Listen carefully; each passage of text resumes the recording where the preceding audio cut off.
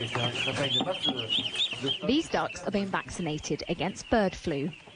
The campaign was launched in France with the aim of vaccinating 60 million birds.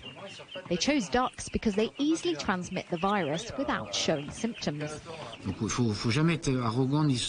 We must never be arrogant or overconfident, but we do know that vaccination works. It's been a constant race against the clock, trying to find solutions, trying to alleviate, sometimes eliminate, because there's been an episode. So yes, we can be more relaxed this season than we were last year.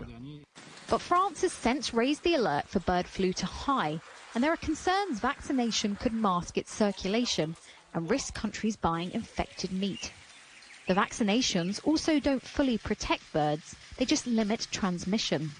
We all know that vaccination by itself is not the only tools that need to be used. No, it's not the silver bullet, as we tend to say. No, vaccination definitely can be a complementary tool that can have an impact, that can definitely help to control the disease, but they also need to be accompanied by other disease control strategies. Bird flu isn't just a European problem. It's even spreading in Antarctica for the first time, with fears of an ecological disaster if it reaches penguin colonies. And while the risk of human infection remains low, the virus is now running rampant in some animal populations, with thousands of sea mammals dying in Brazil. So what do you think is the best approach to try and control the outbreak? Unfortunately, there is not a single answer to this question. I wish it will be just one single solution for all the problems. No? So yeah, the disease by itself, the epidemiology of the disease is extremely complex, and therefore need to have a good understanding of the dynamic of the disease, and also be aware of what's the sector, again, the human behavior. In the UK, researchers have used gene editing techniques to limit the spread in chickens.